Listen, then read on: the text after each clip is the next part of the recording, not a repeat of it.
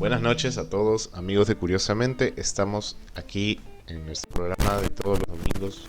Bueno, no todos, pero estamos otra vez un domingo aquí. Curiosamente, disculpen la hora. Tuvimos una serie de fallas técnicas que vamos a tomar algunas medidas para que no vuelvan a suceder. Pero estoy aquí, bueno, con mi querida amiga Yeri. Yeri, ¿cómo estás? Otra vez. Hola, Río, ¿cómo estás? Otra vez. Ya habíamos hecho la presentación y nos dimos cuenta que no estábamos al aire, rayos. Pero muy contenta, nuevamente, lo vuelvo a decir, muy contenta de estar un domingo más acompañándote en este programa. Muy bien, bueno, sí.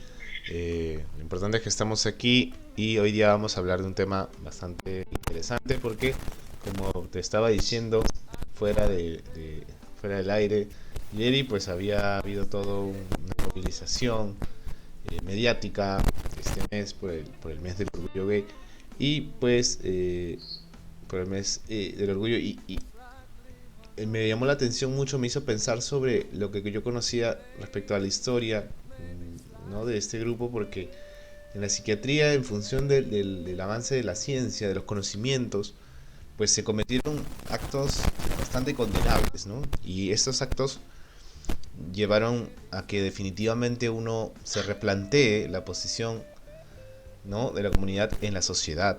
¿Por qué? Porque se empezó a ver que muchos derechos eran vulnerados, ¿no?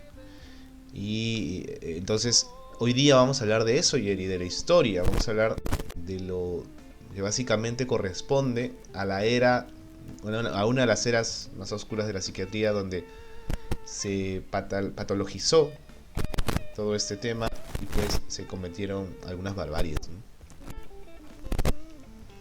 Claro que sí. Como te decía también, antes de darnos cuenta que no estábamos al aire, eh, es algo que ahora pues está tomando mucha fuerza y pues siempre es bueno saber un poquito de qué hubo detrás de todo esto, ¿no? Para poder llegar hasta el punto donde se está ahora, ya que en el pasado pues todo esto era como que un tabú, era prohibido, pero ahora ya es un poco, ya es más libre todo, ¿no? Es bueno saber todo lo que se tuvo que pasar. Así es, así es. Pero también hay que hablar un poquito de lo que corresponde a las clasificaciones, porque si nosotros vamos a hablar siempre de la salud mental en nuestros programas, pues siempre tenemos que tener una noción de lo que estamos tratando cuando hablamos de una enfermedad y cuando no hablamos de una enfermedad. Como yo he comentado en varios programas, pues hay conductas que pueden ser tomadas como enfermedad y hay conductas que no, que pueden ser tomadas como algo desadaptativo en un momento, pero que no necesariamente lo termina siendo, ¿correcto? A veces es parte de la personalidad de uno, ¿no? Algunas conductas. Por ejemplo, hablamos de violencia. La violencia puede estar, como hemos hablado en otros programas, como parte de una patología mental, pero también puede estar como parte de la personalidad de alguien y en diferentes momentos y contextos. Pues no siempre la violencia va a ser patológica, ¿correcto? Eso también hay que dejar claro. Entonces, cuando hablamos de conductas, cuando hablamos de los aspectos de la salud mental, tenemos que ver que en muchos momentos la psiquiatría ha puesto como patología algunos fenómenos que observaba que aparentemente no permitían la adaptación de una persona a la sociedad, ¿correcto? Y este término de la adaptación es muy interesante, porque nos permite, o mejor dicho, nos ha llevado en la historia de la psiquiatría a clasificar las cosas, ¿sí? Pero los tiempos cambian, las tendencias cambian, las perspectivas cambian, y esto también va cambiando la forma en la que uno se adapta a la sociedad, ¿correcto? Entonces, digo todo esto, hago este preámbulo, porque cuando hablemos de toda la historia de la psiquiatría, vamos a ver que en muchos momentos la psiquiatría determinó la homosexualidad como una enfermedad, ¿bien? Y se basaba en estos criterios que te estoy diciendo, en cómo una conducta terminaba siendo desadaptativa para la sociedad. Pero, como te decía, al cambiar las tendencias de la sociedad, esto también puede ir cambiando en algunos puntos. ¿Me dejo entender?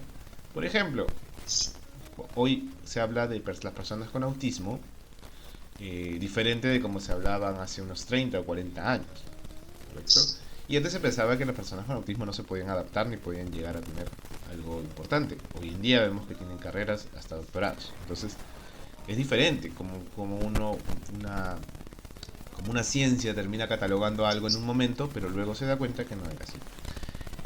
Y no voy a justificar, Jerry, pero en muchos momentos, como la ciencia busca respuestas, hay algunas rutas que se toman que son, digamos, más radicales o cruentas que otras, ¿no? Eso hay que decirlo. No todos los exponentes de la ciencia pueden darse el lujo de decir que han hecho las mejores cosas o las más morales. Pero hay que entender que también el desconocimiento a veces lleva a cometer conductas así, ¿no? Y bueno, haciendo ese pequeño preámbulo, quiero invitar a todos los que nos están oyendo a que puedan hacer sus preguntas, Jerry, a que puedan contar sus historias. Hay mucho material cinematográfico, bibliográfico sobre estas cosas, sobre cómo la psiquiatría, vamos a decir así, maltrató a muchas personas no homosexuales. Entonces quiero saber si alguna vez han visto algo al respecto, conocen algo al respecto, y que lo puedan comentar para ver si eso fue cierto, si fue un mito, es parte de la realidad, es parte de una película. ¿Tú qué opinas, Yeri? ¿Alguna vez has visto algo así? He visto muchas películas de ese tipo, de hecho, no solamente con lo que es con la psiquiatría, sino también con el lado religioso. Pero sí, he visto muchas películas basadas en eso. Eh, pues sí, es cierto que se pone en un plano de que como que es una enfermedad, ¿no? Para que tú pienses de esa manera, para que tengas esa orientación, estás enfermo, ¿no? Es algo anda mal contigo, ¿no? Sí se pone bajo esa perspectiva y lamentablemente aún hay unas cuantas personas que pues todavía tienen ese pensamiento, ¿no? Sí, claro.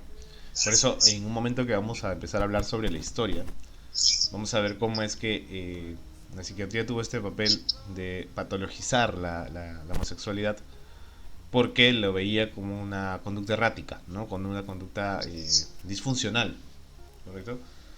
Pero hay que también analizar las sociedades. Estamos hablando del siglo XVIII, del siglo hasta el siglo XIX aproximadamente, donde prácticamente se tenía como algo fijo de que eso era un problema, una desviación, ¿correcto?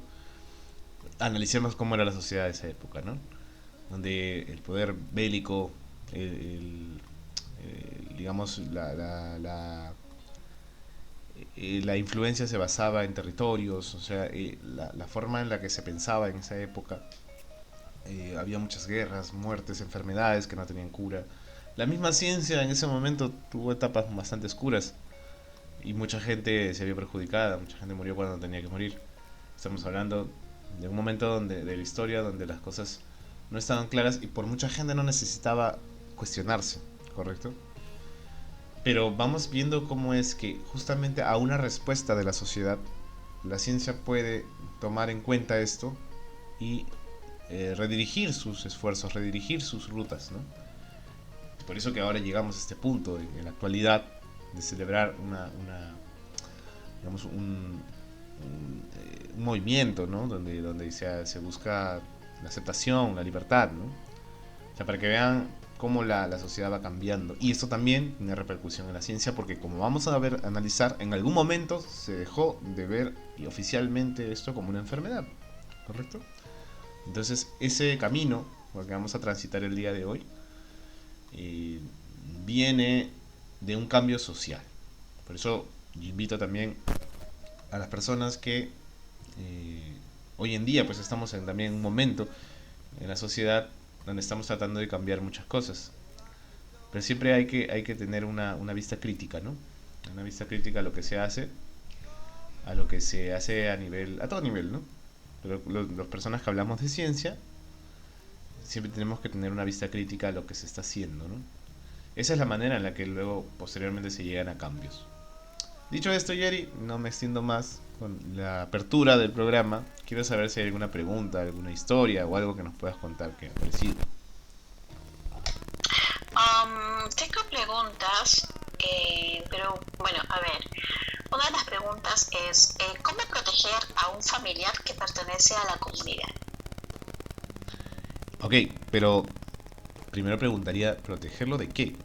¿No? Porque Claro, estamos hablando.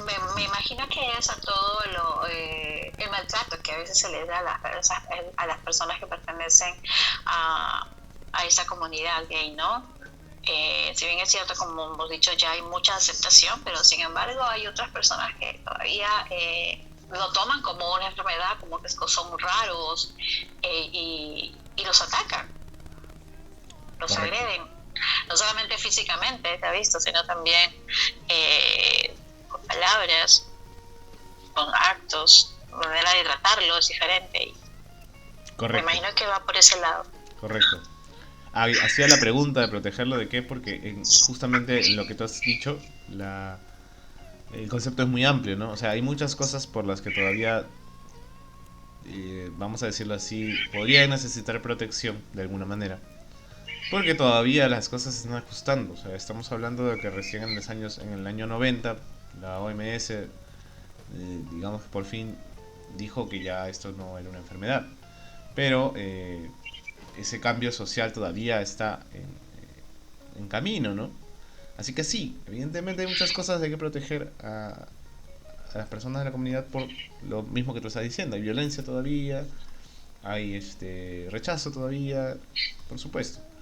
Pero la mejor manera de proteger a una persona, sea el entorno en que sea, desde la familia, desde el núcleo de la sociedad, es con amor. Es decir, es propugnando una sensación de pertenencia, afecto, aceptación, entendimiento, comprensión. Esa es la mejor manera.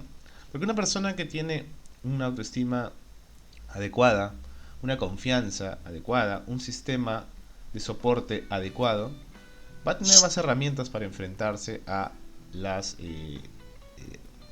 a todas las complicaciones o situaciones adversas que pueda haber en la sociedad. Siempre es importante, si yo quiero proteger a un familiar de eso, decirle todos los días lo importante que es, lo valioso que es, y que no está identificado por su género, ¿no? Por por el tema sexual, ¿correcto? O sea, eso es lo más importante. Pienso que desde ahí es la primera herramienta para proteger a alguien y la mejor inclusive, ¿no? De lo otro, pues cada persona va a tener que adquirir sus propias herramientas para protegerse, ¿sí? Pero imagínate una persona que no tiene estos sistemas adecuados, pues va a caer en depresión, va a caer en ansiedad, ¿correcto? He visto, tengo amigos que han sido rechazados por sus familias. Y esto es muy duro. Imagínate tú enfrentar a la sociedad pero no tener un soporte. Justamente Diego iba a comentar eso. Y creo, sí, yo también tengo muchos amigos que son de ese entorno. Y lo más difícil creo es no tener el apoyo de su familia, de su propia familia, el ser rechazado por su padre, por su madre, por algún hermano o hermana. Eso creo que es la parte difícil que tienen que enfrentar ellos, ¿no? Yo creo que teniendo eso, están más que protegidos, porque ya con eso es su fortaleza. Ya lo demás no importa. Si te acepta tu familia, te aceptan las personas que tú quieres, pues con eso basta. Creo que desde ahí se debe empezar, ¿no? Si quieres proteger a un familiar, pues darle todo el soporte, todo el apoyo en el entorno familiar primero. Lo demás ya viene solo. Solo se va obteniendo esa fuerza. Así es, definitivamente. Es lo más importante. Para proteger a cualquier persona, ¿correcto? O sea, hoy en día estamos en la época de la aceptación, ¿no? De la inclusividad, donde se busca poder comprender que las personas que tienen alguna condición, ¿no? Que los hace de alguna manera verlos diferentes, vamos a decirlo así, a la mayoría, ¿correcto? Por eso muchos de ellos se hacen llamar minorías, pues tratan de buscar un espacio en esta sociedad y ser aceptados. Por eso también invito a todos los que nos están viendo a contar sus historias de en qué momentos se han sentido rechazados, se han sentido vapuleados, se han sentido humillados por cosas que la sociedad tiene como estructura, ¿correcto? Por ejemplo, hay trabajos donde no permite que haya personas homosexuales. Eso es una manera de separarlos, de maltratarlos, ¿no? Entonces, estas cosas todavía están. Hagamos un diagnóstico, veamos cómo estamos. Porque está bien, celebrar todo el tema del orgullo, sí. Pero también veamos en qué momento estamos de la historia, ¿no? Y veamos, vamos a ver también cómo ha cambiado. Pero veamos también cuál es el diagnóstico actual. Eso es importante. Porque a medida de cómo estemos, se va a ver qué es lo que se tiene que hacer para que las cosas sean mucho más llevaderas, más estables, más armónicas entre seres humanos, ¿no? Pienso eso. ¿Qué otras preguntas tenemos, G? Preguntas no, tenemos un comentario que nos hacen llegar. Nos dicen, considero que es muy importante que la familia te acepte, ya que yo tenía siempre el problema con mi padre. Cuando él se daba cuenta de que yo tenía otra orientación sexual, siempre me trataba mal, y eso era muy difícil. Bueno, muchas gracias por tu comentario. Muchas gracias. Y pues sí, conmigo, como te decía, es muy difícil eso cuando la familia misma te rechaza. Desde ahí ya es un tormento, ¿no? Sí, por supuesto, es lo que estaba diciendo. El sistema de soporte es lo más importante para proteger a alguien de lo que se tiene que enfrentar por ser parte de una minoría, definitivamente. Entonces, todo empieza por ahí. Ahora, hablando de eso, ¿no? Uno no puede a veces cambiar a las personas. Eso lo he dicho en muchos momentos. Y son principios psicoterapéuticos. Uno no debe esperar cambiar a alguien más, ¿correcto? Es muy duro, sí, que a una persona que tú consideras tanto y que ha sido tan importante, que te ha visto crecer, que ha visto como tu protectora, pueda ser la persona que más bien te condene, te humille. Pero en algún momento tú también tienes la posibilidad de adquirir tu propia red de apoyo, ¿correcto? Justamente de esto se basa las comunidades. O sea, la comunidad lo que busca es mantener una red de apoyo, crear una que en verdad te proteja de ese rechazo, ¿correcto? Por eso yo saludo a todo el sistema de la comunidad. No estoy al tanto de cómo funciona a gran nivel, pero sí veo que tratan de apoyarse, o sea, tratan de soportarse, porque en muchos casos, como lo que nos ha contado nuestro amigo, no tienen ese apoyo en quien debería ser su apoyo, ¿cierto? Entonces estas comunidades acogen a estas personas y les dan eso. Por eso es que tú puedes ver una marcha donde las personas están ahí peleando, tratando de dar un mensaje, porque de esa manera no están solos, ¿te das cuenta? O sea, hay que ver lo que está detrás de eso, ¿no? Hay personas que no ven eso, pero sí, el hecho de que haya una comunidad que esté marchando significa que son personas que quieren apoyarse entre ellas, que quieren tener un soporte entre ellas, que lo logran teniendo eso, ¿correcto? Y eso es necesario para cualquier ser humano. Imagínate tú que tú, no sé, tengas algo que te hace diferente y, no, a la mayoría, y nadie te soporte, que todos te juzguen. Eso es complicado, o sea, para cualquier ser humano, y quien ha pasado por eso, pues puede entenderlo. Por eso es importante buscar estas redes de apoyo. Si no lo encuentro en la familia, buscarlo en algún lugar donde sea adecuado para mí. Siempre lo voy a poder encontrar si no estoy haciendo daño a nadie, ¿cierto? Claro que sí. Yo estaba por comentar algo y se me fue el avión. Ya recordé. Es muy importante también, cabe recalcar de que en estas marchas que se hacen, no todos los que están marchando, y esa es una idea creo errada de muchas personas que creen que todos los que están en la marcha pertenecen a la comunidad, que son gays, que son lesbianas, que son travestis. Y no es así, ¿no?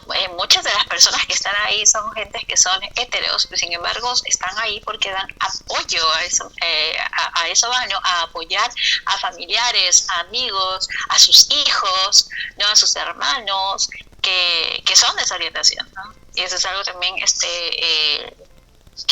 se aplaude mucho, ¿no? Y muchas personas piensan que todos los que están ahí en las marchas pertenecen a la comunidad. Exacto, o sea, bueno, pero como te digo, es la visión sesgada y filtrada de quienes aún piensan que esa diferencia cambia la naturaleza del ser humano, y en realidad no la cambia. Hay otras patologías, mejor dicho, hay patologías realmente que sí son, digamos, que alteran la naturaleza de la persona de alguna forma, ¿correcto? Estamos hablando, por ejemplo, de la esquizofrenia, que de alguna manera es una enfermedad mental que es innegable porque la persona prácticamente su personalidad está afectada, ¿no? No puede encontrar una identidad en sí, le cuesta mucho, eh, a menos si no está bien tratada. O la psicopatía en sí, que es ya la persona deja prácticamente de ser un ser humano, ¿correcto? Eh, pero, pero no, en el caso de la homosexualidad no, la persona tiene su naturaleza intacta, ¿correcto? Entonces, si alguien ve esto como una enfermedad, como estamos viendo, como vamos a ver en la historia, que se ha visto así en muchos momentos, pues evidentemente vamos a pensar que la naturaleza de este ser humano está trastocada, y no es así. Y por eso cuando vemos en las marchas y personas que piensan que todos los que están ahí, digamos, de repente tienen una orientación sexual distinta, no, es que no están viendo algo sesgado, porque lo que representa una marcha es un movimiento social, es un movimiento. Una persona que va a una marcha está buscando decir algo, dar un mensaje en colectivo, ¿correcto? Entonces es un tema más social, no hay que verlo de otra manera. ¿Me dejo entender, Jerry? Ujú. Muy bien. Tengo otra pregunta, Diego. Nos preguntan, ¿existe una edad en la cual uno elige su orientación sexual? Si es así, ¿a qué edad se decide la orientación sexual? Esto es interesante porque en verdad nos podríamos hacer un programa entero de todo solo esto. Porque en realidad hay muchos autores que han hablado sobre eso. Pero la realidad, Jerry, es que hasta ahora no se puede determinar si hay una edad o no. La orientación sexual en general se ha estudiado mucho desde puntos de vista psicológicos, médicos, pero en realidad no se tiene un consenso. ¿Por qué? Porque, a ver, Yeri, tú podrías decir ¿y a qué edad empieza la heterosexualidad? Esto es decir, ¿a qué edad una persona se siente atraída por otra? No. Y es difícil, pero sí algunas conductas se pueden observar cuando uno se siente atraído por alguien. Pues normalmente empieza en la niñez, ¿no? La niñez cuando empieza la persona a socializar, empieza a ver características, y esto lo hemos hablado también en algún momento cuando hemos hablado de parejas, empieza a ver características que generan emociones, ¿no? Algunas más intensas, otras menos, pero hay definitivamente una sensación de afinidad, de bienestar. Entonces, estas experiencias emotivas van determinando finalmente, dirigida hacia una persona, el hecho de que yo tenga algún esbozo de conducta de atracción, ¿no? O de percepción de atracción. Entonces, cómo se da este fenómeno? ¿En qué momento exactamente? ¿O qué no sé, elementos orgánicos están ligados a esto? Pues no se tiene un consenso. Sin embargo, la mayoría de lo que se ha visto es que normalmente en la niñez o en la pubertad, adolescencia, es que ya se están viendo que la persona se va dando cuenta, ¿correcto? Se va dando cuenta que género es el que le atrae, ¿no? Más o menos de todo lo que se puede revisar, no podría haber una edad específica, pero más o menos es en esa etapa. Ahora, si alguien tiene algún testimonio que me puede decir, no, ¿sabes qué? Yo me di cuenta de que me atraía de repente personas del mismo género, qué sé yo, pues a los 20 años, 25 años, pues que me escriba. Pero lo que yo más he oído, y lo que más he revisado, es que normalmente se da en la niñez, un poco tardía, y las primeras etapas de la adolescencia, ¿no? Que normalmente es lo que se puede ver en algunos artículos. Pero no hay un consenso, Jerry, una edad específica, ¿no? Ok, muy bien. A ver, déjame ver que acá tengo otra preguntita.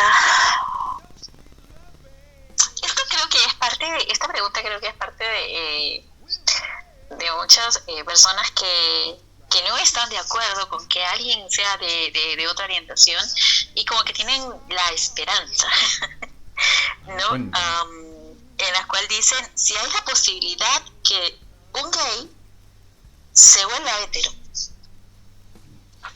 Hay muchos testimonios, Yeri, de personas que, según dicen, han cambiado su orientación, ¿correcto? Ajá. Pero analicemos esto, o sea, ¿cómo es el sistema de la atracción? Normalmente hay un tema ligado a la sexualidad que es muy importante. A ver, digamos, uno puede sentir afinidad, puede sentir, digamos, compenetración, bienestar por una persona, sí. Pero ¿qué tal el componente sexual, Yeri? Eh, Dígame, por ejemplo, tú verías natural de repente sentir atracción sexual por, no sé, un familiar, no sé, tu hermana, tu hermano, ¿lo verías algo de alguna manera natural? No. Ya. ¿Por qué crees que pasa eso? O sea, bueno, digamos, por decirlo así, no te gustan los hombres, pero no te podría gustar tu hermano. Claro, es mi hermano. No. A eso voy. ¿Por qué? Porque cuando hago esta pregunta, la respuesta mental es inmediata. No, si bien es cierto, también conocemos que hay personas que tienen conductas incestuosas. Ajá. eh, pero la estructura mental o cognitiva de esta relación que te he dicho tiene mucho, o sea, la sexualidad tiene una implicancia muy importante para el tema de la atracción. O sea, no basta con sentirme bien o tener afinidad por una persona. También el componente de la sexualidad determina en muchos casos el que yo me sienta atraído o no por un género. Si un género no me despiertas esa parte sexual, de alguna manera, vamos a llamarlo instinto sexual, ¿ya? Es un término un poco antiguo, pero que todavía se usa y que todavía lo podemos entender, es sencillo.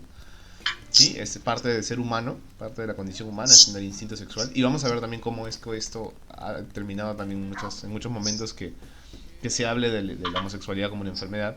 Pero el hecho es que sí lo tenemos, hay un instinto sexual. Ya, ese instinto sexual se despierta en función al género del cual yo me siento atraído, ¿correcto? Igual, por eso te digo que a pesar de todo y que de repente si tengo mi hermano o mi hermana, pues yo no voy a tener un despertar un instinto sexual porque hay otros elementos que mi mente estructura para eso, ¿correcto? Y eso es también evidentemente lo que nos diferencia de los animales. El complejo cognitivo que tenemos nosotros en nuestra mente determina muchas veces los sistemas de atracción que terminan despertando nuestro instinto sexual, ¿correcto? Entonces es muy importante hablar de la sexualidad en este caso, bien, como componente cognitivo, porque de todas maneras hay una estructura, bien. Eh, Cuando uno está enamorado, Jerry, ¿cómo se vuelve? ¿Qué es lo que sucede? Ilústranos.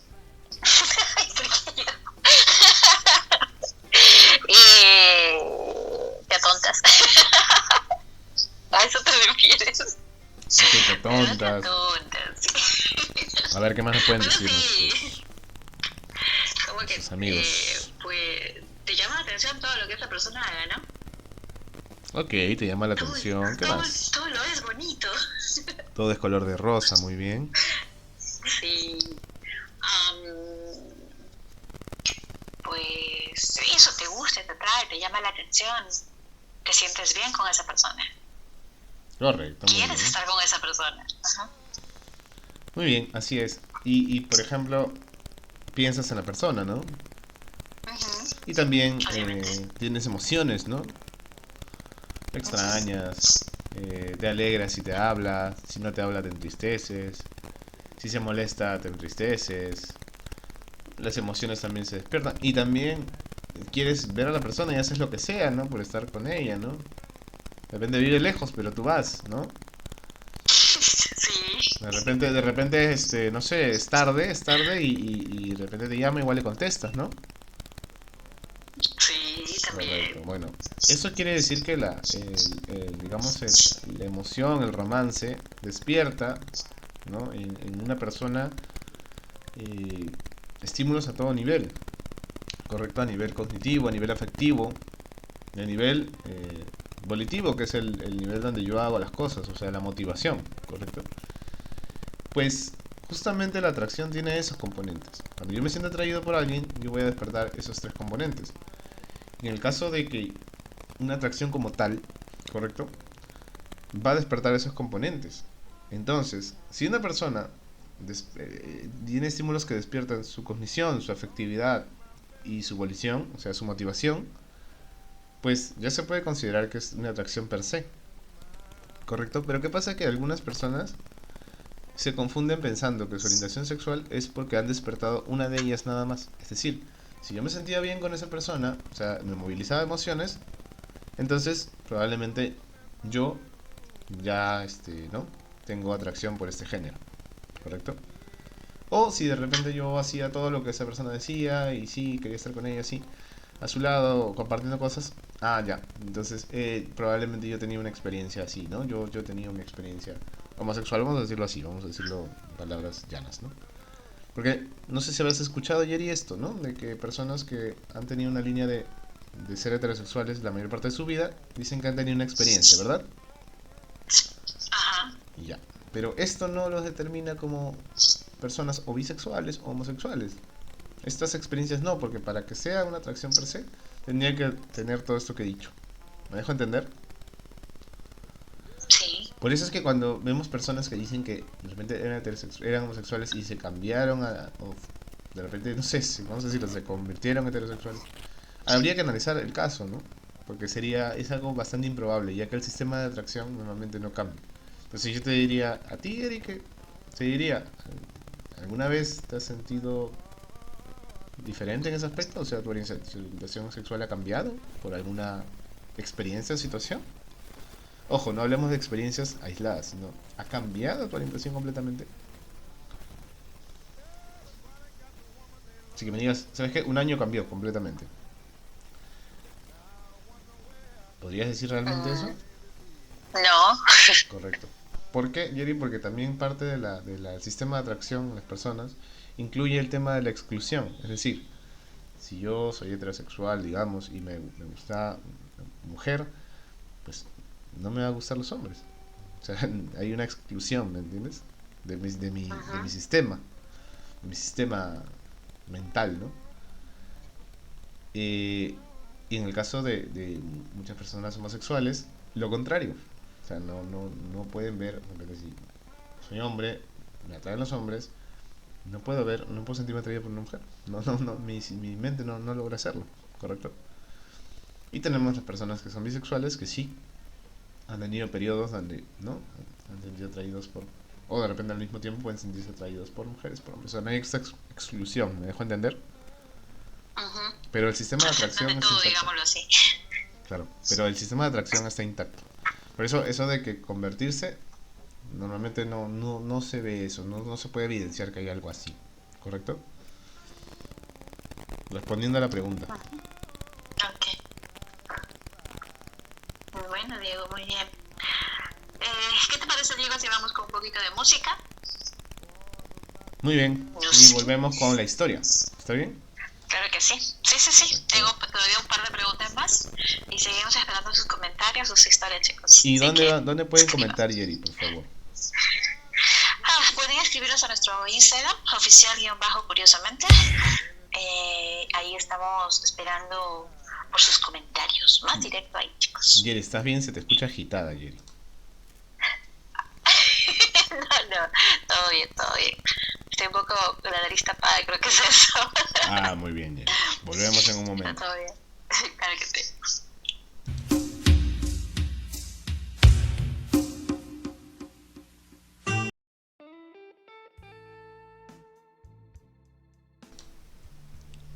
Volvemos aquí, curiosamente, ya en nuestro segundo bloque estamos aquí hablando sobre la historia de lo que ha sido la psiquiatría, ¿no? Y su participación en la homosexualidad, o sea, cómo la psiquiatría trató de curar lo que creía que era una enfermedad. Y vamos a ver que muchas veces usaron técnicas que evidentemente buscaban ser radicales y por ende llegaron a ser muy crueles, ¿no? Por ejemplo, Yeri, ¿tú sabes lo que era la terapia aversiva? No. Bueno, Explícala, por favor. la terapia aversiva se usa inclusive hoy en día para algunas conductas, pero es digamos, una de las últimas medidas para usar en cualquier caso. Pero se basa Algo bien sencillo, ¿no? Yo, para corregir una conducta que quiero de ti, pues voy a asociar el estímulo a un estímulo doloroso, un estímulo dañino, ¿no? Aversivo. De esa manera tú lo que antes asociabas a algo positivo, ahora lo vas a asociar a algo negativo, ¿no? Es como decirte, por ejemplo, que si quiero que dejes el cigarro, pues cada vez que fumes te voy a golpear, ¿no? Entonces, si yo te golpeo cada vez que fumas, tú vas a asociar el cigarro con dolor. O peor que eso, digamos que yo le pongo algo al cigarro y cada vez que tú lo fumas vas a vomitar. Si tú vomitas, cada vez que fumes vas a vomitar y no te gusta esa experiencia y la ves como algo traumático, pues vas a dejar de fumar, ¿cierto?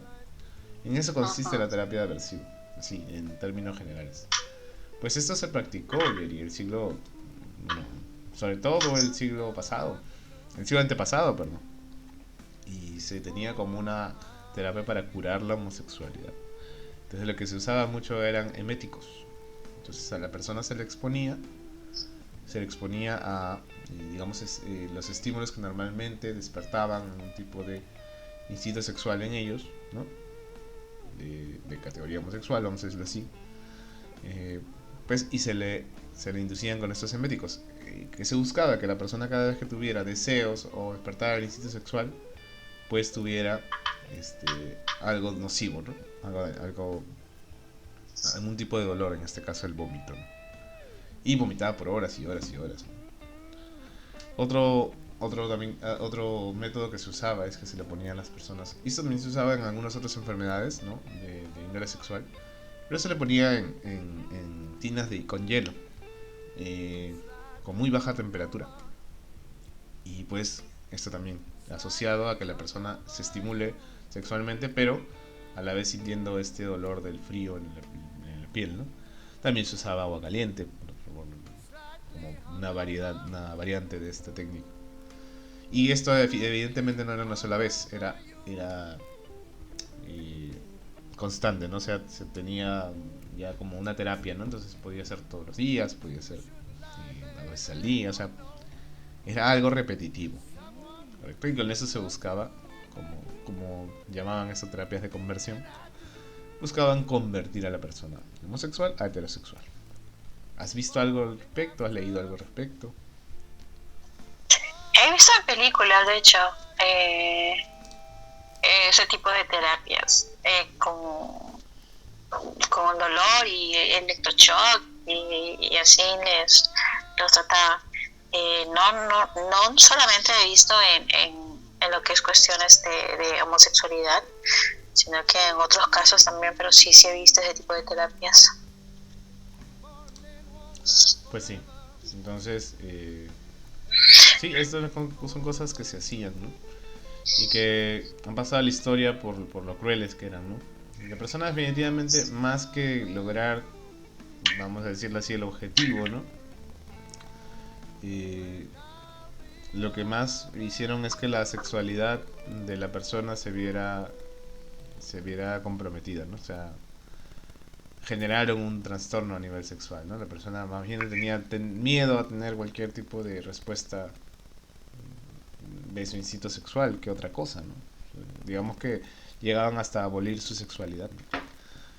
Y le hicieron un daño a muchas personas. Diego, pero acá me escribe comentando de que, bueno, esta persona, al parecer, el padre intentaba quitarle lo gay, nos pone así, que intentaba quitarle lo gay con golpes. Mire, a parecer le decía que tenía que ser hombre, que tenía que ser macho, y le pegaba. Ahí está, o sea, finalmente termina siendo lo mismo, ¿no? O sea, de alguna manera creyendo que si yo te castigo, entonces tú vas a tener dolor, y si tú tienes dolor, tú vas a evitar el dolor. ¿Cómo? Evitando estas conductas que yo no quiero que tengas. Claro, si te duele, entonces deja de ser gay, tipo así. Así es. Sí, claro, inclusive muchas veces algunas personas relacionadas a la religión estuvieron, digamos, ligadas a esto, y a algunas personas les hacían beber agua bendita, ¿no? Obligando a beber grandes cantidades de agua bendita para supuestamente quitarle la conducta. Yo vi una película, Diego. No recuerdo ahora el nombre de la película, pero era una película cual a este personaje que tenía estas era gay, lo encerraban en una jaula, muerto de frío, sin comida, sin una posición muy incómoda, y ahí lo tenían encerrado, con la idea de que, bueno, en algún momento se le quite lo gay. Sí, sí, No sí. recuerdo la película. Sí, sí, sí, y como te digo, la mayoría de material cinematográfico está inspirado en cosas que en verdad pasaron y en experiencias así como nos cuenta nuestro amigo, que en verdad le agradezco mucho y lamento mucho que haya tenido que pasar por esto. Pero es eso, o sea, es la ignorancia, es el deseo de querer hacer algo y verlo de manera tan simple, ¿no? Por no conocer justamente cómo es la naturaleza de la atracción sexual, cómo es la naturaleza de la orientación sexual, si de- convencionalizamos el término.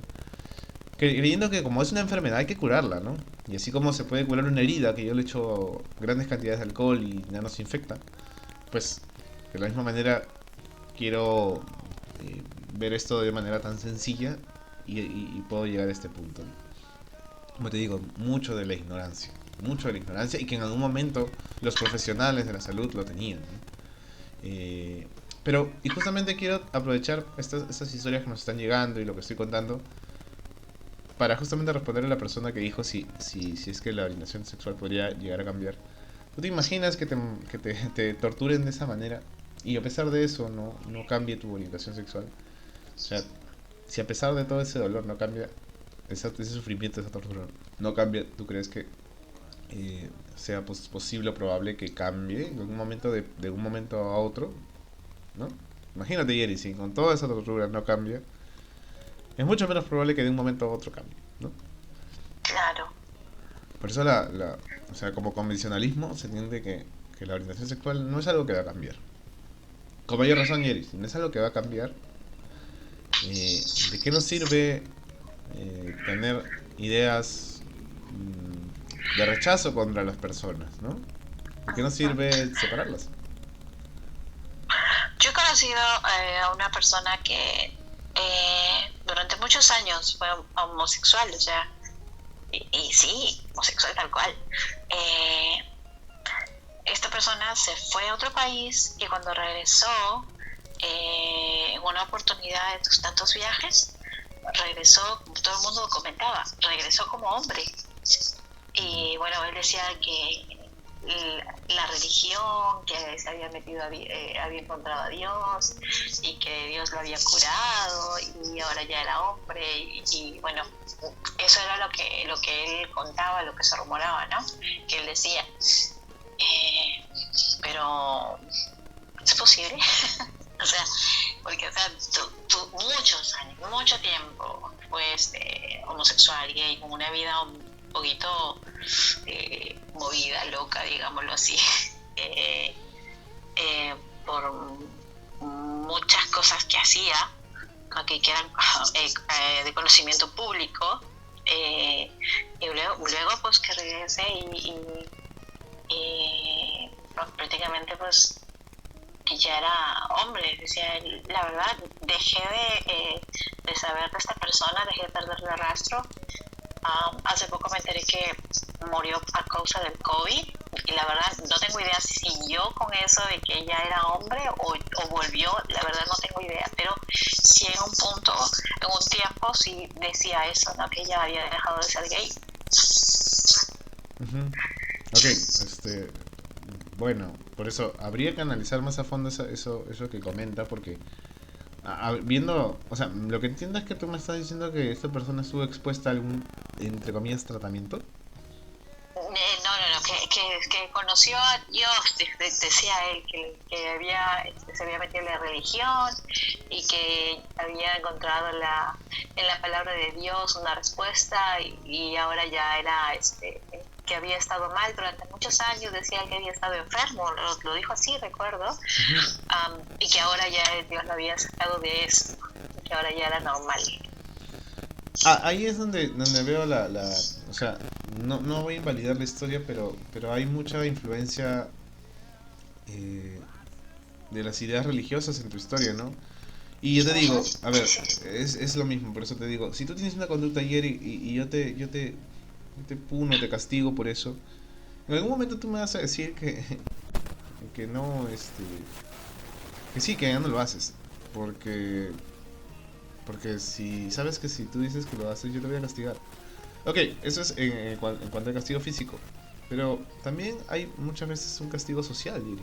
O sea, muchas veces hay personas que se sienten tan pero tan mal con lo que viven que prefieren negar una realidad, ¿no? Y esto se da.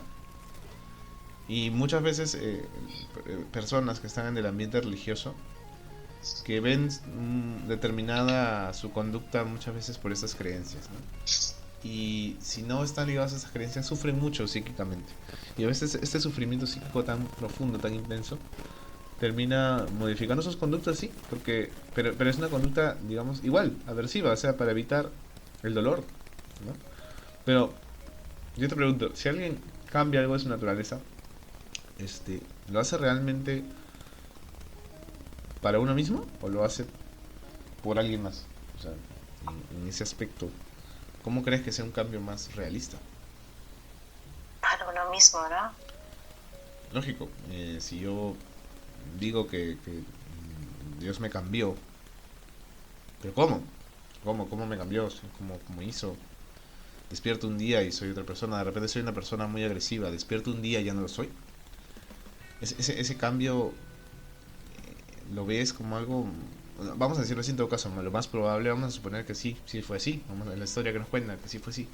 Pero dime, ¿será lo más probable que sean así ese tipo de cambios, entre comillas?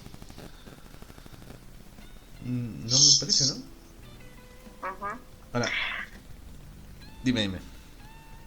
No, no digo, por eso, no, como te digo, no sé si es que al final, antes de morir, siguió en esto, porque ya lleva como unos años ya que él volvió de donde estaba, de otro país, eh, y supuestamente ya había dejado de ser gay, pero pues como te digo, no sé si es que luego volvió, más no sé, ya cuando me enteré que había muerto ya no supe más cómo había sido en el proceso después de su anuncio que ya había dejado de ser gay. Claro, por eso te digo, o sea, habría que mucho que analizar, pero suponiendo que toda la historia es real y la persona sí, ya, su orientación sexual cambió completamente. Te lo digo, es algo replicable, porque mira, si yo encuentro la cura del VIH, yo lo puedo replicar. Si yo encuentro la cura del cáncer, yo lo puedo replicar. Es decir, si yo acepto que algo es una enfermedad y encuentro su forma de curarlo, yo lo puedo replicar y en cualquier caso va a servir. ¿Me deja entender? Uh-huh. Pero si hablamos de un tema aislado, porque estamos asumiendo que esta historia es completamente real, quiere decir Uh-huh. que en este caso Dios fue la cura de la homosexualidad. O sea, había una enfermedad llamada homosexualidad y Dios vino y la curó. Entonces, ¿cómo? Si es así, en todo caso, sí, pues no sé si sería una enfermedad. Y si es una enfermedad, entonces yo la podría curar. ¿No? Porque tendría el tratamiento, en este caso, de Dios. Es decir, que todos los que estuvieron expuestos a Dios eh, pudieron salir de eso, ¿no? Pudieron curar esa enfermedad, entre comillas. Pero, ¿qué es lo más real? Lo más real es que en la historia, más bien, los que han sido las curas religiosas han sido traumáticas y han generado otros problemas. Ajá, estamos hablando de personas que hacían beber agua bendita a otras o los metían o los sumergían en agua bendita por horas para quitarles esto. Estamos hablando de gente que permitió que violaran a las lesbianas, porque según ellos, al violarlas iban a saber lo que significaba sentir la heterosexualidad. O sea, imagínate, ¿cómo es que uno podría, digamos que yo acepte que la homosexualidad es una enfermedad, ¿cómo podría ampararme en estas prácticas? ¿Esa fue la Uh-huh. forma? ¿O esa sería la mejor manera? No, damos cuenta entonces que sí, probablemente encontremos casos aislados y bueno, en este caso todavía no podemos profundizar y menos una persona pues ya no está aquí, pero, Uh-huh. pero hay que pensar que si esta fuera una enfermedad, tendría que estar expuesta a una cura que en verdad pueda ser eficiente para los casos y se pueda replicar, ¿correcto? Pero lo cierto es que todo lo que se intentó, cuando se vio que se pensó en la homosexualidad como una enfermedad, no tuvo efecto porque finalmente, si no es una enfermedad, no se va a curar, pues. ¿Correcto? ¿Me dejo entender? Sí, sí, sí. Diego, tenemos otra pregunta. Cuéntame. Sabes que hay muchas personas que en este paso de los transexuales consumen hormonas, ¿cierto? Ujú. La pregunta es, ¿qué hormonas podrían afectar, o si las hormonas afectan de cierto modo la salud mental de la persona que lo está consumiendo? Por supuesto que sí. A ver, este es un tema, perdón, este es un tema delicado porque cuando hablamos de las hormonas o tratamientos hormonales, lo que se está, o sea, se habla más en el tema de las personas que deciden hacer cambio de sexo, ¿no? Cambio de género, Ojo. cambio de género. Y acá, bueno, definitivamente el sistema hormonal, eso sí es biología, se va a comportar distinto en un hombre, ¿no? Alguien de un varón y una mujer se comportan distinto porque tienen órganos distintos para empezar. O sea, la mujer tiene el útero, el ovario, y estos son órganos que responden a una estimulación hormonal. Mientras que el hombre, por ejemplo, no va a tener cierto, o no va a su cuerpo no va a responder a ciertas hormonas porque no tiene un lugar donde vayan a depositarse el efecto de esas hormonas. Pero el hombre, por ejemplo, tiene el testículo, tiene la próstata, que responden a las hormonas del hombre. ¿Ok? ¿Correcto? Entonces, cuando se hace una terapia de reemplazo, vamos a decirlo así, o en todo caso se hace un cambio en esto, se van, en teoría, poniendo hormonas que van a ir generando ciertos cambios posibles en el cuerpo. ¿Ya? Es un poco complicado explicarlo, pero sí buscan generar algún tipo de cambios que la persona lo experimente como lo más parecido a la realidad del otro género, ¿no? Vamos a decirlo así. Pero, insisto, o sea, no pueden tener la expresividad del efecto hormonal a pleno porque no tienen los órganos que tiene una mujer. Por ejemplo, en este caso, los hombres que se quieren convertir en mujeres y las mujeres que se quieren convertir en hombres. No van a tener ese efecto pleno. ¿Me dejo entender? Ahora, que si tienen efecto a nivel psicológico, sí, porque eso ya es. Todos lo sabemos. O sea, cualquiera que está expuesto a una sobreexpresión hormonal o hay un cambio hormonal va a tener efectos, ¿correcto? Sin ir muy lejos, en lo que es el climaterio, la menopausia, pues hay efectos psicológicos o no. Hay cambios de humor, ¿no? Hay labilidad emocional, la persona puede elevar síntomas de ansiedad, puede elevar síntomas disfóricos, o sea, síntomas de repente enojo, ¿no? Irritabilidad. Cuando una mujer está en su periodo, ¿correcto? También en su etapa menstrual también hay cambios a nivel emocional, ¿correcto? Y en otros momentos también lo puede haber, por ejemplo en el embarazo. Pero hablando así de temas cognitivos, no, Jerry, prácticamente no. O sea, las hormonas no determinan en sí cómo es la estructura mental de una persona. Es muy difícil, no va a cambiar, ¿correcto? No va a cambiar. Es decir, por más hormonas que yo pueda usar sobre ti, tu sistema de atracción no va a cambiar. Te digo porque esto se ha intentado. O sea, también parte de las terapias que quisieron usar para poder convertir fueron darle hormonas a los niños, ¿correcto? O sea, a los adolescentes que tenían estos tipos de conductas. Tampoco funcionó, lo que generaban era problemas hormonales. ¿Me dejo entender? Entonces, es diferente cuando hablamos del uso de hormonas como una técnica, en teoría, para querer convertir, y cuando lo hablamos de lo que se hace para lo que es el tema del cambio, ¿no? De género. Es diferente, pero no sé si ha quedado claro que a más hormonas no es que voy a cambiar mi orientación, ¿correcto? No es así.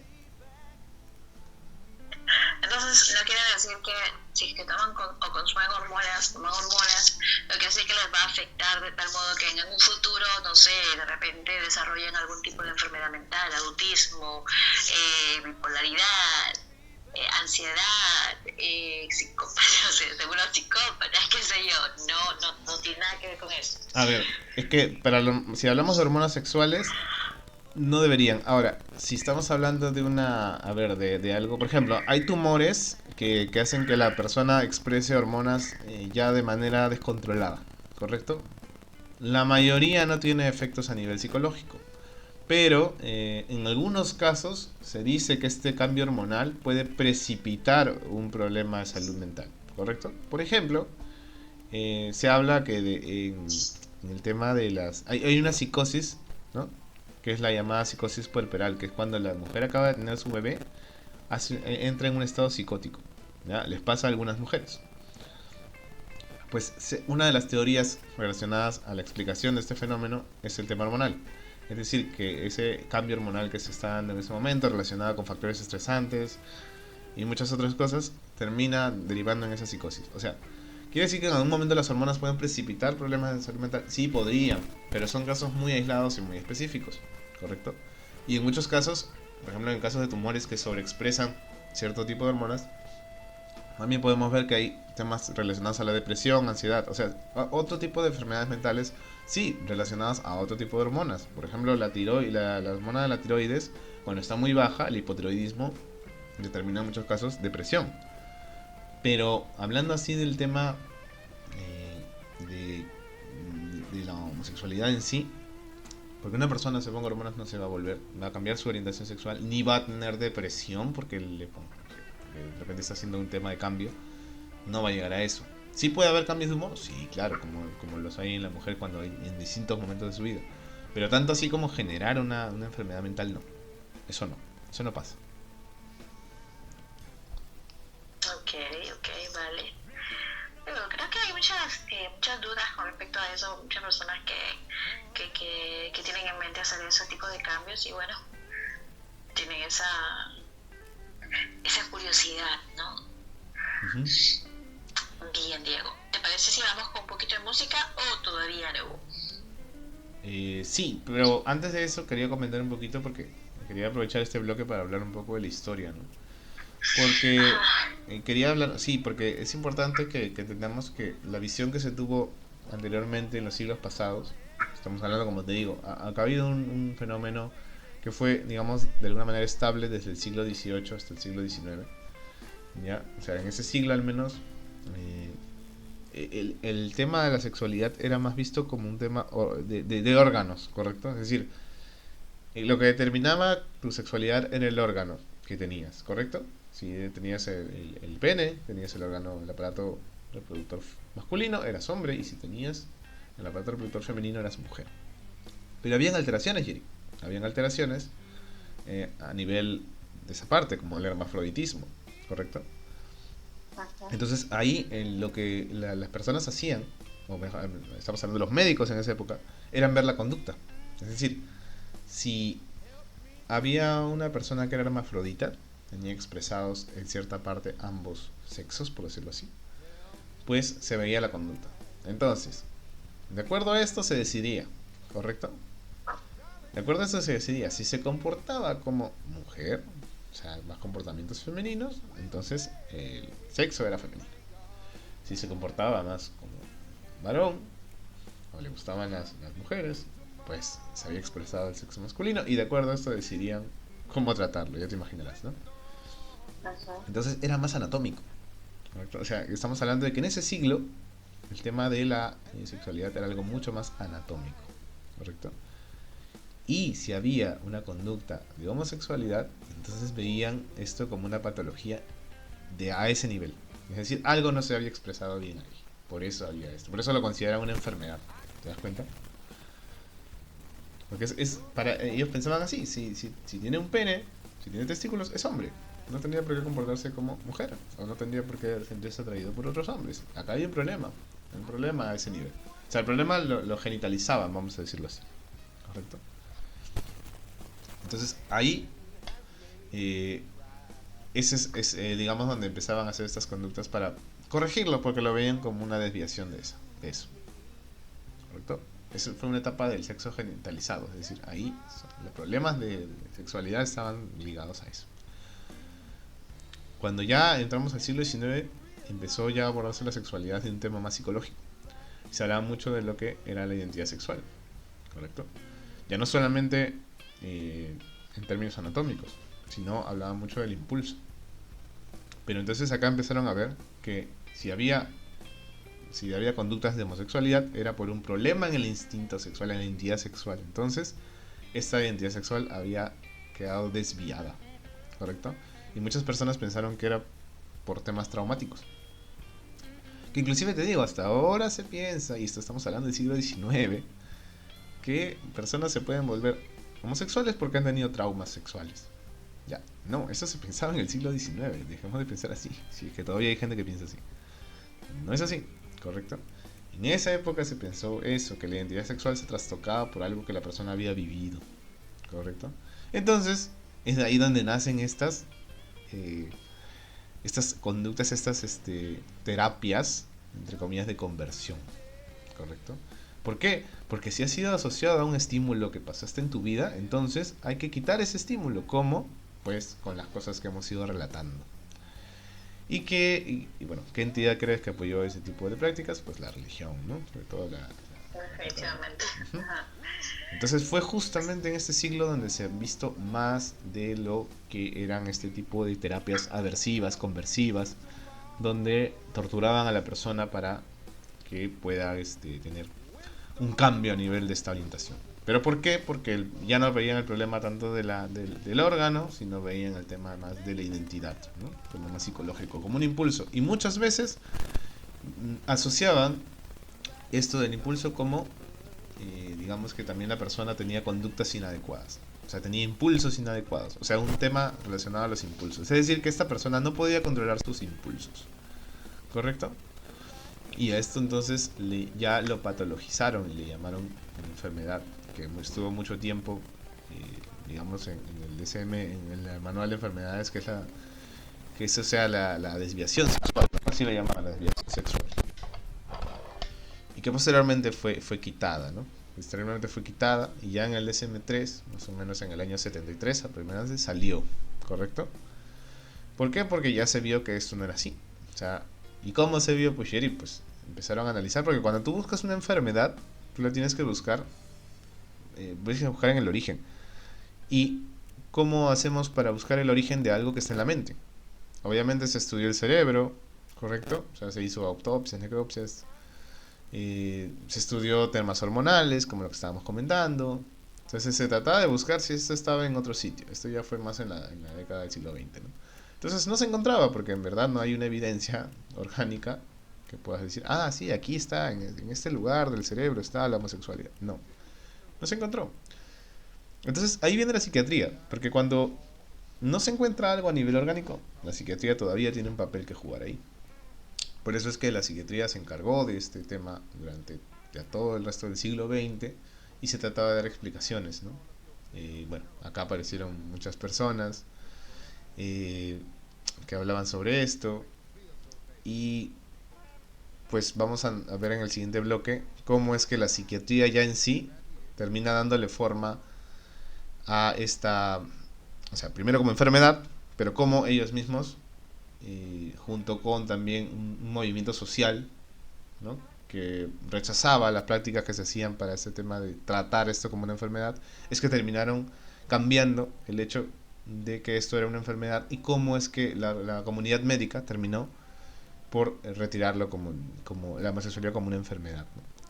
Pero para que veas en la historia de Yeri que lo poco que te he contado ahorita es que ha habido momentos donde las creencias determinaron las conductas que se tenían a estas personas, ¿no? Y tú te imaginas, Yeri, tú ser homosexual y haber vivido en esta época, de haber vivido en el siglo XVIII, en el siglo XIX, y que automáticamente vieran que eras un enfermo, o sea, una persona enferma, por lo tanto tenías que tener un tratamiento, y pasar toda tu vida con tratamientos dolorosos, humillantes, torturas físicas, por algo que tú no entendías que estaba pasando. ¿Te imaginas vivir en esa época?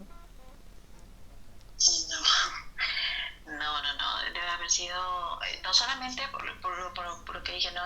Lo que la sociedad te hacía sentir, sino también muchos en su propia familia sufrían eso. Sí, y sobre todo la horrible sensación de sentir que tienes una enfermedad que, ¿no? Que no eres parte de... Tú quieres ser normal, vamos a decirlo así, normal, pero te dicen Era que tienes una enfermedad. como que vivían como que apestados, como si tuvieras sida o no sé, lepra, tipo así. Exacto, así algo así. Así es, así es.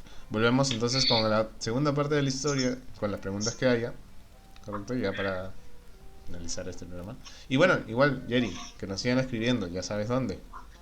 Claro que sí, oficial curiosamente nuestro Instagram. Listo, ya volvemos curiosamente, ya en nuestro último bloque. Y bueno, ahora Jerry vamos a revisar la parte bonita de la historia, es decir, donde todo cambió, donde las cosas mejoraron, donde hubo gente obviamente que se puso en contra de la comunidad médica en ese momento. Estábamos hablando de que en su momento, los primeros, en los siglos XVIII o XIX, pues los médicos buscaban una parte más orgánica, ¿no? Que posteriormente ya se trató de explicar esto desde el punto de vista más psíquico. Y es ahí donde tuvo el papel la psiquiatría. Y aquí lo que se vio es que como supuestamente lo relacionaban como una enfermedad del mundo psíquico, pues entonces quien debía curarle era el psiquiatra. Por tanto, el psiquiatra empezó a hacer una serie de técnicas que buscaban curar esta enfermedad en teoría. Y pues aquí se cometieron bastantes crímenes, porque se plantearon tratamientos cruentos, ¿no? Que buscaban quitar de raíz estas conductas, ¿no? Que para ellos evidentemente le llamaban así conductas pervertidas. Entonces, definitivamente eso fue apoyado por la tendencia religiosa de esa época. Pero, ¿cómo es que llegó a cambiar esto, Giri? Pues, justamente fueron algunos psiquiatras que se opusieron a digamos, a esta noción que se tenía. Y uno de ellos fue el doctor Karl Ulrichs, que más o menos en 1867 se presentó y dio un discurso sobre básicamente que se debía frenar la criminalización de esto que en ese momento se llamaba sodomía, ¿no? Es decir, la conducta, o sea, una persona que tenía relaciones con alguien de su mismo género estaba cometiendo sodomía, ¿no? Entonces, esto es el doctor que te estoy comentando es alemán y él fue se opuso mediante el tema de las leyes. Discúlpame, fe de ratas, no era médico, perdón, era abogado. ¿Ya? Él se ponía en contra de las leyes que estaban criminalizando estos actos. Pero hubo un médico que es el doctor Johann Ludwig Kasper, que él sí tomó esta teoría, ¿correcto? Y en 1850 plantea la tesis de que las personas que tenían estos impulsos, pues no era algo que lo hacían de forma voluntaria, sino que habían nacido con esto, ¿correcto? Que era una condición biológica innata, ¿correcto? Por lo tanto no se podía criminalizar algo que había nacido de uno. Y esta fue, digamos, la primera pieza, ¿no? Del cambio de la visión que se tenía de esta condición como enfermedad, porque si bien es cierto al principio, mira, estamos diciendo que este doctor alemán decía que había un problema o había algo innato, correcto, ya no se tenía como una conducta completamente punible, ¿no? Como algo castigable, correcto. Entonces acá empieza a tratar de darse ya luz en el estudio de esto como una entidad, ¿no? Psicológica. Porque luego los siguientes que vinieron ya empezaron a utilizar términos que en ese momento muchas personas que se interesaron por este tema empezaron a ver y a estudiar, ¿correcto? Entonces el término, por ejemplo, de homosexual, heterosexual, nació aproximadamente a fin de ese, o sea, del 1800, ¿no? Porque había, por ejemplo, escritores que algunos, ¿no? muy contados que empezaron a tomar estos términos para poder describir, ¿no?, a las personas que podían tener atracción por personas del mismo género y diferenciarlas de las personas que tenían atracción por un género distinto, por su género no complementario. Pero posterior a esto, ya algunos otros doctores, ¿no?, empezaron a ver que si esto derivaba de un problema psíquico innato, pues entonces había que estudiarlo más a fondo, ¿correcto? Antes de que llamarlo como un delito de la moral. ¿Me dejo entender? Ajá. Bien, entonces se siguió estudiando esto y ya para 1900, pues aquí teníamos a Freud, que obviamente fue uno de los principales abanderados de decir que esto era una desviación, ¿no?, que la homosexualidad era una desviación, pero hubo algunos otros que se opusieron a lo que eran estas ideas y más o menos desde el 1900, durante todo este siglo, se empezó a estudiar más si es que en verdad esto estaba en la categoría de una enfermedad per se, ¿no? Porque, como te había dicho desde el principio, para poder hablar de una enfermedad se tiene que ver algo que sea anómalo y que además no permite que la persona se adapte, ¿no? Pero posteriormente muchos otros psiquiatras, como te digo, se ponían un poco su época, empezaron a ahondar más en este tema y descubrir si en verdad era una enfermedad mental, ¿correcto? Y validando todas estas cosas que te estoy comentando, ¿no? Y en 1952, que surge la primera edición del DSM, perdón,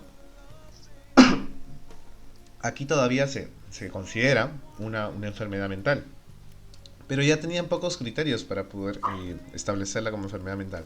Tanto es así que se basaba más que todo en conductas, es decir, se hablaba de la homosexualidad como un síntoma de una enfermedad mental. Es decir, si alguien tenía conductas homosexuales, o sea, es decir, tenía conductas en base a la atracción que sentía por alguien del mismo género, pues eso era considerado una enfermedad. Sin embargo, no había ningún criterio específico.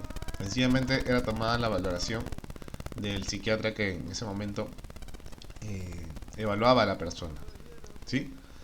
Pero en los siguientes años, desde el 1952 hasta el 1980, que sale la tercera edición del Manual de Enfermedades Mentales, esto ya es retirado porque se reemplazó los modelos para poder tipificar las enfermedades. Y acá, en 1980, ya el método descriptivo era el que más el que más se tomó para hacer esta edición, y el modelo descriptivo era basado en evidencias. Es decir, que tenían que demostrar, para que algo sea enfermedad, tenía que haber estudios que demuestren que era una enfermedad.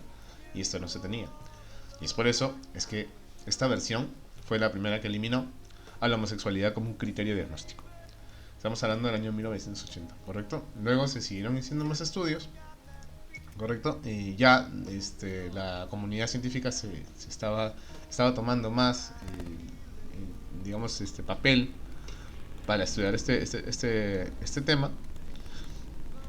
Y como todavía había médicos que, digamos, amparaban a la homosexualidad como una enfermedad mental y que debía recibir tratamiento, y de hecho en estos momentos, en esos años recibieron tratamientos, ¿sabes?, con antipsicóticos, con otro tipo de cosas.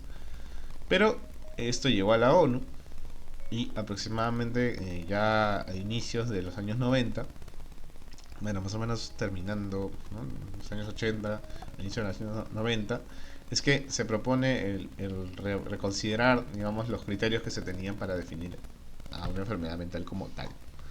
Entonces, posteriormente, esto tiene impacto ya a nivel mundial, porque ya no solo ya había salido este tema ya de la comunidad psiquiátrica y ya pasó a toda la comunidad médica. Y más o menos en 1990, y después de más de 130 años, ¿no?, desde el término homosexual, estamos hablando de que más o menos en 1968, por ahí es que se acuñó el término, pues la OMS, la Organización Mundial de la Salud, pues decide finalmente excluir a la homosexualidad de la clasificación internacional de enfermedades, ¿no? Hay que decir que el DSM es el manual de enfermedades mentales, pero el CIE-10 es el manual de enfermedades general. O sea, todas las enfermedades que uno conoce, que están registradas, están ahí. Entonces, ¿quién decide lo primero? Pues la comunidad psiquiátrica. Pero ¿quién decide lo segundo? La Organización Mundial de la Salud. Es por eso que en el año 90 es la enfermedad, la OMS decide quitarla. Entonces, desde ahí ya se asume completamente de que la homosexualidad no es una enfermedad, ¿correcto?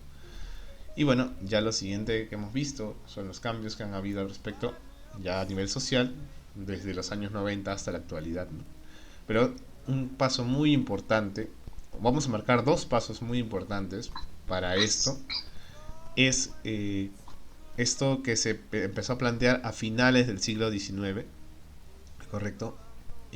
Porque ya hubo médicos que se empezaban a cuestionar si esto debía ser considerado como un crimen, como una patología que era completamente punible porque generaba conductas pervertidas. O sea, ya hubo gente que se opuso a pensar así, que fue más allá, que en su curiosidad fue y dijo, pero ¿será así? O sea, ¿será algo que la persona escoge hacer o podrían hacer con eso? O sea, esas primeras preguntas que se hicieron estos científicos fue lo que terminó generando una chispa, ¿no? En lo que fue el estudio científico de este tema. Y también otros temas sociales, como he comentado, este abogado que se opuso a la criminalización de estas conductas, ¿no? Y también algunos otros periodistas que empezaron a acuñar términos para tratar de dar una explicación o que al menos categorizar esto de alguna manera, ¿no? Esos cambios fueron muy importantes y esos cambios se dieron a finales de 1800, ¿no? Y otro punto muy importante y que ya marca un gran antes y un después en lo que es la visión que se tiene sobre la homosexualidad como una enfermedad mental fue que la OMS retirara de la clasificación internacional de enfermedades a la homosexualidad. Y esto ocurrió en los años 90, en 1990, ¿correcto?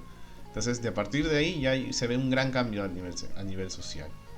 Bien, pero ha sido como que todo, no siendo 30 años de lucha, siendo 30 años de mucha tortura, de muchas prácticas terribles, ¿no? Que tuvieron un impacto a nivel social, o sea, llegaron a ser vistas como problemas de derechos humanos, llegó a la ONU, o sea, acá lo que podemos ver es un camino de lucha, ¿no? De lucha por los derechos. Y entonces es interesante ver esto, pues cómo la historia fue evolucionando, porque hubo gente que se detuvo a pensar y a cuestionar a personas que eran en ese momento, te digo, incuestionables, ¿no? Cuestionar a Freud en los primeros años de 1900 era algo que no muchos se atreverían, pero finalmente se llegó a esto, ¿no? Y es interesante, ¿no? Y han pasado 130 años, o sea, esa época, y ahora podemos hablar de que han pasado casi 200 años de eso, ¿no? Pues imagínate cómo la historia cambia así, toda una sociedad que está cambiando. ¿Qué te parece, Yeri, lo que te he contado? Pues como tú dices, ha sido una gran lucha, ¿no? Y aún se sigue, está todavía trabajando en eso, como dije anteriormente, aún hay personas que tienen la mentalidad errada, ¿no? De que se tiene que buscar una cura para eso, ¿no? Como si estuvieran enfermos, ¿no? Como si fuera una enfermedad. Pero no es así, pero bueno, creo que todo es parte de la sociedad y poco a poco, ¿no? Se va a ir adaptando, se va a ir aceptando esto, ¿no? Que a la larga pues es para bienestar de las personas bueno, que tenemos, que conocemos, que están en esa lucha y que se sienten de alguna manera pues a veces atacados, ¿no? Que no se sienten cómodos de decir abiertamente, mira, yo tengo esta orientación sexual o yo me siento de esta manera, ¿no? Porque suele pasar mucho, pero no solamente entre amigos, porque a veces hay personas que critican, que te juzgan por pensar, por sentir de otra manera, porque te gustan los hombres, te gustan el mismo sexo, porque eres lesbiana, porque eres transexual, eres travesti, o porque simplemente estás empezando a sentir eso y tienes temor de decirlo, ¿no? En el mismo círculo de amigos no se puede tener la confianza de hacerlo muchas veces, ¿no? Y creo que debería ser algo natural. Personalmente yo lo veo como algo normal. Tengo muchos amigos, personas que conozco que son gays, que son lesbianas, y bien por ellos. O sea, la idea es ser feliz. Si son felices así, ¿cuál es el problema? ¿No? ¿Cuál es el problema? Pero pues también existen otras personas que no lo ven de esa manera, ¿no? También conozco personas que no lo ven así, que de cierto modo son como que sienten cierto malestar, incomodidad al estar al lado de una persona así, ¿no? Y eso creo que poco a poco se tiene que ir trabajando, ¿no? Tiene que ir cambiando. Sí, definitivamente esto todavía está en camino, por eso es que apoyar este tipo de manifestaciones, de movimientos sociales, es importante porque estamos dándole validez a una historia de lucha, ¿correcto? Y más allá de lo que cada uno pueda creer, porque las creencias son respetables, estamos hablando de empatía, Yeri. Creo que en este programa nos caracterizamos por mencionar en muchos momentos cómo la empatía termina salvando muchas veces a las personas, porque al tú ser empático puedes ayudar a otro, ¿correcto? Si tú tienes una persona que sí tiene una enfermedad mental realmente en casa, tú con tu empatía lo puedes ayudar. Pero cuando hablamos de la homosexualidad, en muchos momentos se vio como enfermedad mental y fue tratada como enfermedad mental. Estamos hablando de una persona con esquizofrenia hoy en día, todavía se le pueden hacer terapias de electroshock, ¿correcto? Todavía está como parte de un tratamiento. Pero imagínate lo duro y lo terrorífico que debe ser para una persona pasar por esas experiencias, pero sí tiene una enfermedad. Pero imagínate a alguien que no tenía una enfermedad y que fue llamada enfermedad, pasar por esas experiencias, estar en un psiquiátrico, recibir descargas, recibir golpes, ser maltratada, humillada, torturada. O sea, estamos hablando de toda una serie de cambios que en un momento la empatía fue la que llevó a estas personas a oponerse a estas prácticas. Es decir, las personas que empezaron a expresarse en contra de esta tendencia, de esta práctica, fueron personas que tuvieron empatía, dijeron, no, los seres humanos no tendrían por qué estar pasando por esto. Y esa es la empatía la que termina generando un movimiento. Por eso cuando uno ve que la comunidad marcha y la comunidad está expresando un mensaje, hay que ayudarlos a eso. Es parte de ser empáticos. Si están expresando es porque quieren dar un mensaje, porque algo quieren mejorar. Entonces yo invito a muchos miembros de la comunidad psiquiátrica, médica, que de repente no están de acuerdo con esto, pero creo que es importante. Creo que es importante generar o ayudar a generar cambios sociales. De repente ya desde donde estamos ya no somos tan influyentes como antes. En parte bien, en parte no. Pero sí, ya esto es un tema social. Y aún todavía se estigmatiza mucho a las personas, ¿no?, de la comunidad. Pues yo invito a reflexionar y a tener una visión un poco más crítica, ¿no? Somos seres humanos finalmente, como tú decías, Jerry. Todos sentimos dolor, todos sentimos la soledad, todos sentimos el rechazo. Y si se nos va a rechazar, que sean por cosas que en verdad merecen serlo, no por algo que nosotros quizás no escogimos, ¿correcto?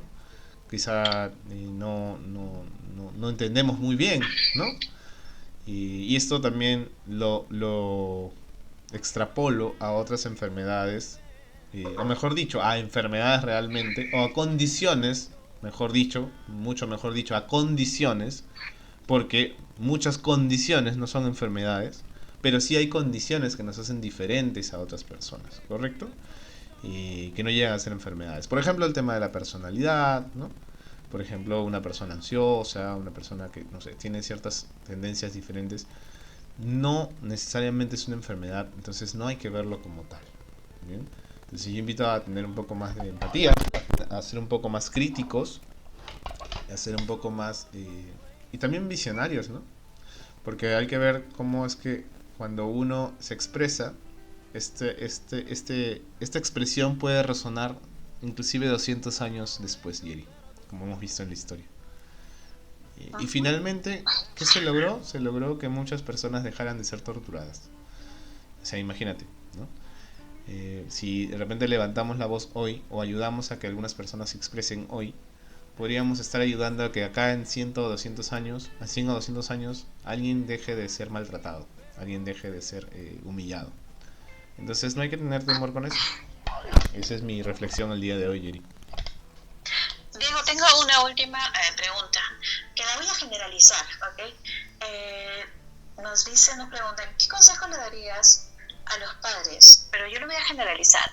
A las personas en general, cuando descubres o cuando te enteras de que sus hijos, sus hermanos, sus amigos son de otra orientación sexual.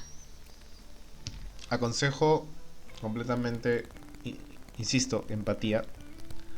Primero, si tú piensas que la persona que te está diciendo, tu familiar, esa persona que tú quieres, te está diciendo que su orientación sexual es distinta y no te lo ha dicho antes, es porque le ha costado mucho el llegar a decírtelo. O sea, le ha costado esconderlo, le ha costado ocultarlo, le ha costado aceptarlo probablemente, porque en algún momento también, cuando la persona se da cuenta, imagino que tiene toda una serie de conflictos internos y el solamente aceptar que probablemente no está a la altura, vamos a decirlo así, las expectativas de su familia, es muy duro. Entonces el camino hasta poder comentarlo con alguien más debe ser muy duro. Por eso invito a tener mucha empatía para empezar y ponernos en los zapatos de esta persona y cuánto le habrá costado decirnos lo que nos está diciendo, y posteriormente apoyarlo y ser un soporte para esta persona. Porque créeme, Yeri, que muchas de personas que están en la comunidad, que muchas veces uno las puede ver con manifestaciones de alegría y de que están muy bien y de que inclusive están bastante superadas, sufren bastante. O sea, hay historias detrás de cada persona. Hay historias de rechazo, hay historias de conflictos familiares que inclusive no se resuelven hasta el día de hoy. Entonces, detrás de esa persona hay toda una historia y si la ves ahí de pie es porque está tratando de vivir, ¿correcto?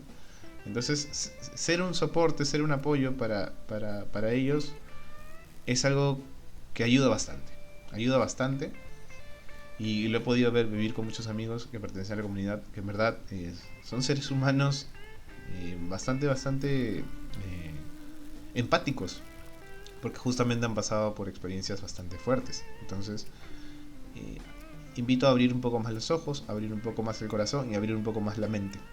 Ese sería mi consejo para las personas que, bueno, tienen amigos o familiares que de repente recién están comentando lo que es su orientación sexual, ¿no? Ese sería mi consejo. Muy bien, Diego. Sí, lo importante es apoyar, ¿no? Darles ese apoyo, darles esa confianza de que, bueno, de que como tú dijiste, les costó decirte, les costó contarte, abrirse, ¿no? De cierto modo, para contar esa parte de su vida. Lo mínimo que uno puede responder es con mucha empatía, ¿no? Comprensión, sobre todo eso. Y pues bien, Diego. Muy bien, Yeri. Ha sido un programa muy interesante, Diego. Pues sí, muy histórico. Y también hay unas preguntas que salieron, Yeri. Pero para ya poder, por ahí hay una pregunta, creo, si es que tenían alguna duda. No, la homosexualidad no es una enfermedad. Y hace 32 años dejó de serlo a nivel mundial. Así que, para nada.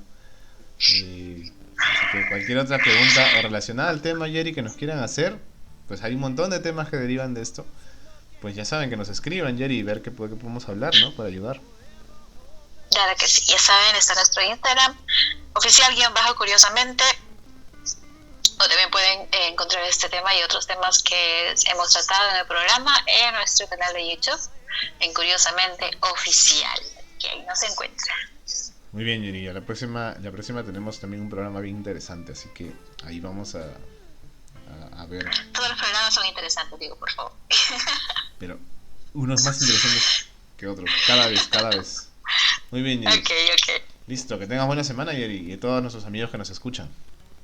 Claro que sí. Muy buenas noches a todos. Gracias por escucharnos. Bien. Y recuerden también que vamos a estar subiendo el programa a YouTube, Yeri. Ajá, sí. Por eso ya luego pueden compartirlo con sus amigos que les puede interesar. Nos encuentran, ya saben, en YouTube, curiosamente, oficial.